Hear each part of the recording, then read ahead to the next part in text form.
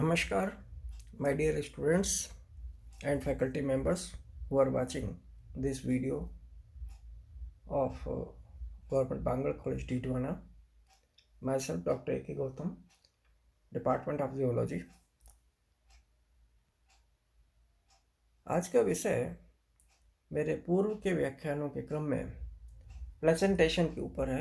आज मैं आपसे प्लेसेंटेशन पार्ट 2 के बारे में डिस्कस कर रहा हूँ।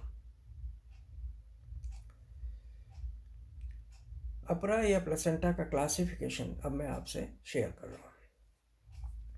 प्लेसेंटा की उत्पत्ति की विधि तथा उसकी आकृति और संरचना के विस्तृत विवरण में मैमल्स अनेक विभिन्नताएं प्रदर्शित करते हैं और उनके आधार पर प्लेसेंटा का वर्गीकरण किया जा सकता है। इसके 3 निम्नलिखित मुख्य कारक हैं।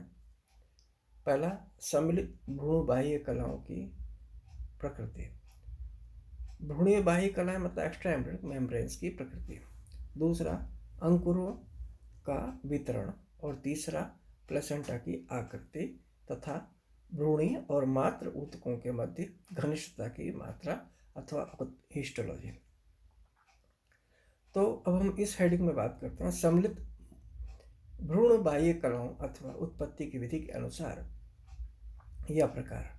Types according to extra embryonic membranes involved और मेड ऑफ ओरिजिन।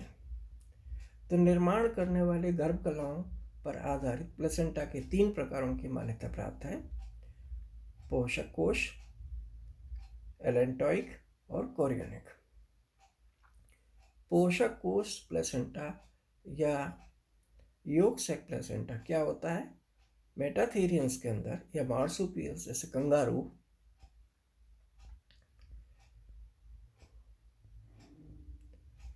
और ओपोसम में प्लेसेंटा योग कोश और कोरियोन से विकसित होता है। ब्लास्टोसिस्ट के निचले भाग से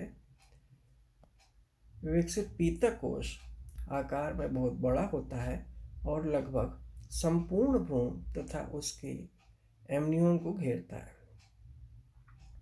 पीतक कोश की भित्ति कोरियोन ट्रोफोब्लास्ट के सीधे संपर्क में स्थित होती है और जिसके अंगुली समान सिलवटें या रिंकल्स या अंकुर या विलाई गर्भाशय भित्ति में धस जाते हैं और ये फोल्डिंग्स ब्लास्टोसिस्ट को स्थिर या फिक्स करके भ्रूण को समय से पूर्व गर्भाशय से बाहर निकालने से रोकते हैं। गर्भाशय से अवशोषित स्त्राव गर्भाशय दूध को परिवर्धनशील भ्रूण तक भेजने के लिए योग कोश की भित्ति पीतक रुधिर वाहिनियों में विकसित होती हैं। एलेंटॉइस कम विकसित रहकर कोरियोन के संपर्क में कभी नहीं आती है। मेटाथीरिया में पीतक कोश प्लेसेंटा अल्प विकसित होता है जिसमें भ्रूण का पोषण और वृद्धि सम्मिलित रहती है और नवजात शिशु अत्यंत छोटा और अपरिपक्व जन्म लेता है। अतः गर्भाशयी परिवर्तन की कमी की क्षतिपूर्ति के लिए नवजात शिशु उदर कोष्ठ या शिशुधानी में स्थानांतरित कर दिया जाता है जहां पूर्ण विकसित होने तक उसे दुग्ध पर पोषित किया जाता है। उच्च स्तनियों में पीतक कोश प्लेसेंटा प्रायः नहीं पाया जाता, परंतु कुछ स्तनियों जैसे हेजहॉग्स और खरगोशों की आरंभिक अवस्था में यह बड़ा और अस्थायी रूप से विकसित होता है या फिर यह मनुष्यों की भांति नाभि रज्जु या अम्बिलिकल कोर्ड में एक छोटे नली के रूप में बड़ा हो सकता है। दूसरा होता है एलेंटॉइक प्लेसेंटा। अधिकतर यूथेरियंस में भ्रूण के पोषण का मुख्य अंग एलेंटॉइस और कोरियोन द्वारा निर्मित एलेंटॉइक प्लेसेंटा होता है। एलेंटॉइस भ्रूण की पश्चात्र से निकली एक कोश समान रचना होती है और यह भीतर एक्टोडर्म तथा बाहर मेसोडर्म से आश्रित होती है। जब एलेंटॉइस बढ़कर भ्रूण बाह्य गुहा में फैलता है तो उसका मेसोडर्मल स्तर कुछ सीमित क्षेत्र में कोरियोन के मेसोडर्म से संलग्न हो जाता है और एलेंटॉइस और कोरियोन के संलग्न से बना स्तर एलेंटोकोरियोन कहलाता है और यह प्रचुर एलेंटोकोरियन यह प्रचुर मात्रा में संवहनीय हो जाता है और अंगुलीवत मतलब फिंगर लाइक प्रोजेक्शंस या अंकुरों में प्रक्षेपित हो जाता है और गर्भाशय की भित्ति संगत क्रिप्ट्स में बनाती हैं और जिसमें भ्रूण के अंकुरों के धंसने से एलेंटोइक प्लेसेंटा का निर्माण होता है और जिससे मातृ रुधिर से अवशोषित पदार्थ एलेंटोइक रुधिर वाहिनिकाओं द्वारा रक्त तक ले जाए जाते हैं।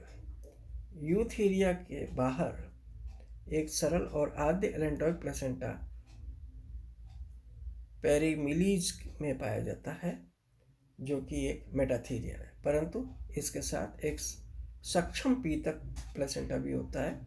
एलेंटोइस प्लेसेंटा अपेक्षाकृत बड़ा और कोरियन से लगा होता है जो खरगोश में पाए जाने वाले अवस्था के समान होता है।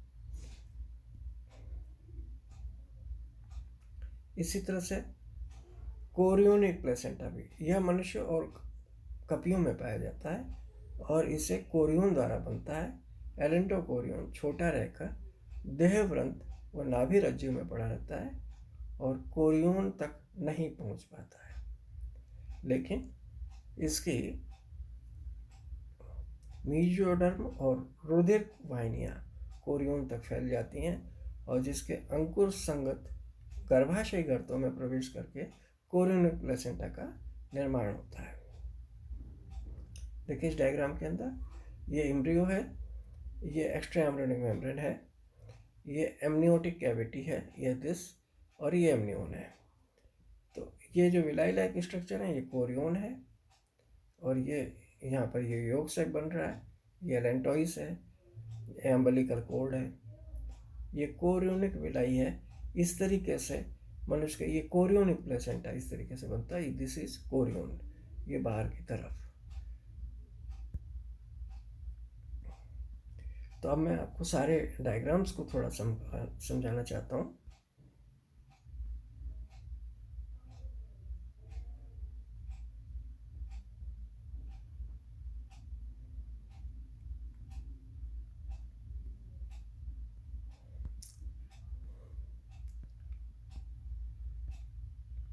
इस डायग्राम में आप देखिए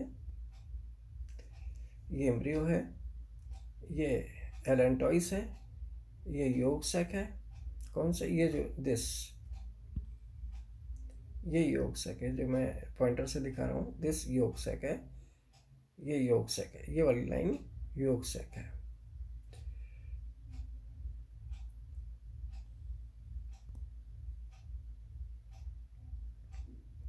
ये वेस्कुलर योग सेक कोरियोन है।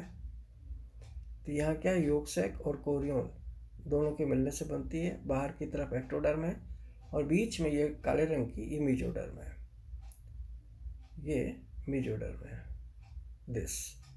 तो ये एम्ब्रियो हो गया, ये एमनियोटिक कैविटी हो गई।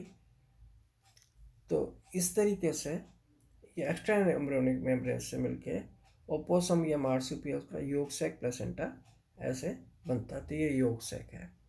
ये योग सेक में यहाँ से लेके ये पूरा का पूरा यहाँ तक का जो एरिया है इसके द्वारा जो बनता है प्लेसेंटा, इसके फ्यूजन से ये वेस्कुलर योग सेक कोरियोन बन जाती है, बाहर की कोरियोन, और योग सेक के फ्यूजन से योग सेक प्लेसेंटा निर्मित होता है। दूसरे तरीके का जो प्लेसेंटा होता है बैंडिकूट या पेरीमिलीज मार्सुपियल्स का, ये प्लेसेंटा कैसे बनता है? ये योग सेक है, एंडोडर्म है, इस तरह से ये एक्टोडर्म है, बीच ये बाहर अंदर वाली एंडोडर्म है, बीच वाली मेजोडर्म है, ये एमनियोटिक कैविटी है, ये एमनियोन है, ये एम्ब्रियो है, मेजोडर्म में एक्स्ट्रा एम्ब्रियोनिक मेम्ब्रेन है, ये एलेंटोइस है, एम्ब्रियो है। तो इस तरीके से इसका निर्माण होता है। मार्सुपियल्स में एलेंटोइक प्लेसेंटा देखने को मिलता है। तीसरे तरह का सुअर में एलेंटोइक प्लेसेंटा देखने को मिलता है। तो यहाँ क्या है कि एमनियो एलेंटोइक मेम्ब्रेन है ये दिस, ये एम्ब्रियो है, ये एमनियो एलेंटोइक, क्योंकि एमनियोन और एलेंटोइस के फ्यूजन से बनती है। ये एमनियोटिक कैविटी है। जस्ट एम्ब्रियो के बाहर की ओर की जो गुहा होती है ये वाली, ये जो मैं पॉइंटर से दिखा रहा हूँ, ये एमनियोटिक कैविटी है। और नीचे की ओर यॉर्क सैक बनता है। तो ये कोरियो एमनियोटिक या कोरियो एलेंटोइक मेम्ब्रेन होती है। ये कोरियोन है, ये एलेंटोइक हो गई, यूटेराइन एंडोमीट्रियम है, मैटरनल प्लेसेंटा हो गया ये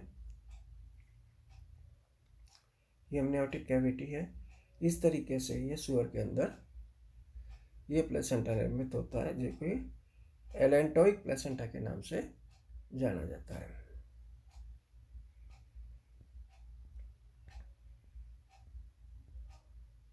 और यहाँ ये मनुष्य का कोरियोनिक प्लेसेंटा है। तो ये आप देखिए एम्ब्रियो हो गया, ये डार्क कलर की जो है ये एमनियोन है, एमनियोटिक कैविटी हो गई, ये कोरियोन है बाहर की तरफ, ये यॉर्क सैक है, एलेंटोइस है इसके साथ में छोटी सी, और ये कोरियोनिक विलाई है, कोरियोन है, ये अम्बिलिकल कोड है यहाँ पर दिस, और ये एलेंटोइस है। तो इस तरीके से ये कोरियो प्लेसेंटा बनता है, कोरियोनिक प्लेसेंटा मनुष्य में देखने को मिलता है। तो ठीक है, थैंक यू वेरी मच। और ये अब मैं पार्ट 3 के अंदर प्लेसेंटेशन इन मैमल्स पार्ट 3 में इसको पूरा कर दूंगा। Thank you very much.